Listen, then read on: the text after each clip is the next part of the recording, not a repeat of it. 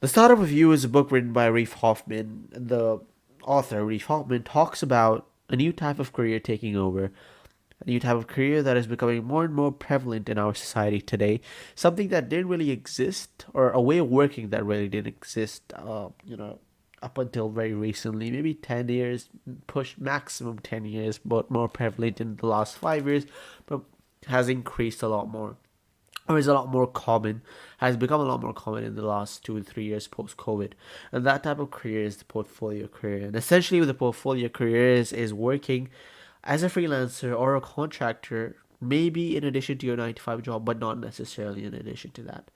So if you have ever freelanced or if you've ever contracted on the side, and so you've earned income through multiple sources and not only your 9 to 5, or earned income excluding your 9 to 5 through only these sources, you have essentially embarked on a journey of becoming a portfolio careerist, if that's the right term for it. This sort of career has become a lot more common, predominantly because of the push by companies, but also just society in general, to be able to work from home. Especially post COVID, this has become the norm in many of the countries around the world, predominantly Western countries, but is also being implemented throughout the East as well. And this sort of career is only going to get more common, and that's because there could be various different reasons for that. Maybe it's an increase in the cost of living throughout the world, a lot pushing people into working multiple jobs. I wouldn't call them multiple jobs, but freelancing, in the sense that it allows people to earn an extra bit of income in addition to their 9 to 5, but also because a lot of people end up doing freelancing or contracting gigs in not in addition to their job. So they're not working a 9 to 5, and they only rely on their, for their full-time income through freelancing. And they're able to travel the world and do the things that they want to do whilst also working. And that has also become a lot more common. And as a mechanical engineer who's been working in the industry for the last year and a half, I predominantly work as a mechanical design engineer. I have also been able to freelance, and am today freelancing, and will continue to freelance for as long as I can, until I get very busy to the point where I don't have enough time to do so. I want to continue that, and it's because it's a good way for me to earn an additional source of income. And I'm a 23-year-old man, so I have a lot of time after work, which I can allocate to doing things like this, which not only allow me to earn an income, but also allow me to learn skills and increase my knowledge base in the domain that I have pursued my career in, which is mechanical engineering. And I wanted to create this video to tell you my experience in getting those clients in the first place, to formulating this portfolio career that I've embarked on. And there's two different ways, I would say, of getting clients for freelancing. Now, obviously, the freelancing, contracting, there could be other terms for that, but they're more or less synonyms. But essentially, working per hour for a client, or it could be a project based client that is usually done online, but it could be in person as well. That is not essentially a 9 to 5 sort of fixed hour work, if that's what if that's the correct definition, but something like that. That's essentially how I would define freelancing. And there's two ways of getting clients for freelancing, two traditional ways. The first one being outsourcing, not what I mean, outreaching is what I meant to say. Outreaching is the most common way. It's the way that most people use to get clients.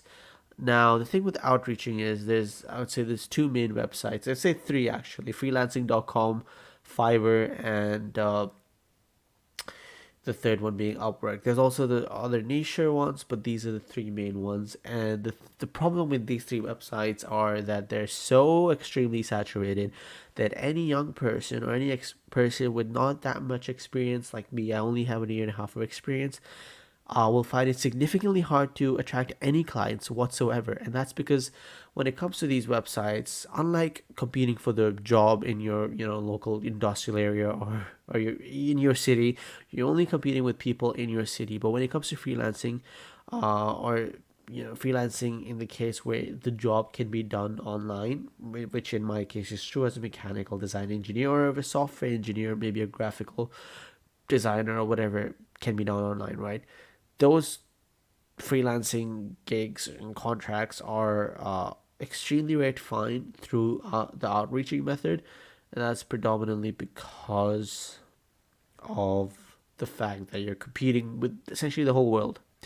Because anyone can post their portfolios and their resumes on these websites in hopes of getting clients, and anyone could apply to those projects that clients post to get them done. So it essentially results in a case where the top 5 to 10% of the professionals on those websites, the professionals that have the most experience, and the professionals that have the strongest resumes, end up getting 90% of the clientele, and the other 10% of the workers, or I mean, the other 90% of the workers on those websites have to fight for their 10% of the remaining work. Whatever work they get, those clients are usually not the best clients because they can't afford the top professionals and are not willing to pay that much, and so you end up with a scenario where it's very hard to find any clients whatsoever, and that's been my experience in the outreach method. The other method I would say, which has been more successful for me, which is why I wanted to create this video, so that maybe it might be helpful for someone watching who is trying to get clients, like I have been able to, is the organic way. The organic way, I would say, is literally partly networking and partly outreaching, but not the way that you're posting your resume and portfolio on a website hoping to get a client, but outreaching by DMing people on LinkedIn or emailing them directly. That has been a lot more successful for me. So I'll start with the first one, networking. So before the job that I was in, currently I was working for a startup. And that startup, they did renewable energy consulting, but they also did mechanical design projects from time to time. And because it was a startup and there was a tough market at that point when I joined a year and a half ago, they essentially ran out of money. But they still had their CEO, CTO, and CMO still working for them. So they essentially had to fire everyone else. They had to let go of everyone else, including me. But because before I left that company, I made it very clear that if there was any work that they ended up getting, because they were a consulting company, they were just not getting enough projects, and that's why they had to let us go. But regardless, they were still trying to get projects after letting us go, and so I made a pact with them that if they ever get a project in which they need a mechanical engineer's perspective or design work or whatever it could be, that's needed to complete their project, uh, I was willing to help them out and I was willing to work for them. And that ended up becoming something that really worked out for me because over the past year or so, I've gotten several different projects from them, and I was able to do them online via my house after my job, and that was something that I found very useful. And the way I was able to do that was essentially just by networking with people in industry, people that you work with. So it's always good to keep a network with people that you're working with, especially even if you're leaving the job. If you know that you want to leave the job, still good to be in good terms with people, because you can never know when you might get work from them, or they might be useful. And that sounds very superficial, using people, but essentially that's what happens in industry. Not to the point where you're actually using them for something that's not useful. In this case, you're helping them out as well, because as a company, they might need workers to fulfill their tasks, and they might not be able to afford full-time workers, and so the next option for them is to hire freelancer and contractor. And for them, who else would they rather hire than a person that they already hired before as a full-time worker? Obviously they'll be more inclined to hire a worker that's already worked in that company as a contractor or as a freelancer later down the line. And so it's always in your best interest to keep those relationships fruitful and essentially good. And the second one being messaging people and companies CEO on LinkedIn. So as a mechanical designer, I'm going to give you my perspective. I want to work in, I see myself consulting and contracting or freelancing for robotics companies, companies that are product development, physical product development companies, and renewable energy consulting companies. These three are the industries where I feel like I can freelance. I can provide value as a mechanical engineer, either by 3D modeling, physical prototypes, building actual physical prototypes, or consulting in a renewable energy matter. These are the things that I've sort of somewhat experiencing and experience in and have skills in.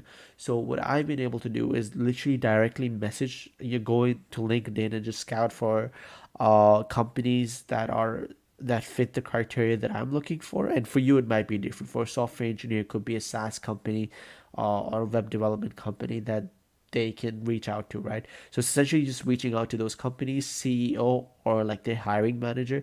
Well, maybe not a hiring manager, you would want to target smaller companies because bigger companies would just hire someone full time. They wouldn't really mess around with getting a contractor, right? But smaller companies, they might not have enough funds to get a full-time worker, but they might have the right amount of funds to get a freelancer and get you on a freelancing contract. And so just directly messaging them, messaging the CEOs, messaging the CTOs, or whoever that you feel like might actually allow you to get that freelancing gig on that for that company is something that can be extremely useful, and it has been useful for me. And I was able to land a decent freelancing gig through just messaging people on, via via LinkedIn. And even if you don't end up with a freelancing gig, just keeping in touch with people in the industry who are starting companies, who are doing the things that you want to do, there's always a benefit to that, because maybe later down the line they might be looking for a full-time engineer or full-time worker, and you might be the person that they go after because they already know that you reached out to them, and so you're already interested. They know that you are a hustler, you have a hustler's mindset because you're reaching out to them for work, which a lot of people don't do. So that's something that has been, again, that there's always a benefit in doing that. And essentially, that's pretty much it. I just wanted to talk about the fact that that's something that's been useful to me. Nobody really teaches you this in university. Nobody really tells you this. So that's something that I was able to find out through other engineers who are also freelancing, who have been successful in their careers. And yeah, I just wanted to create this short little video to talk about this. And I hope this is helpful for someone. Take care.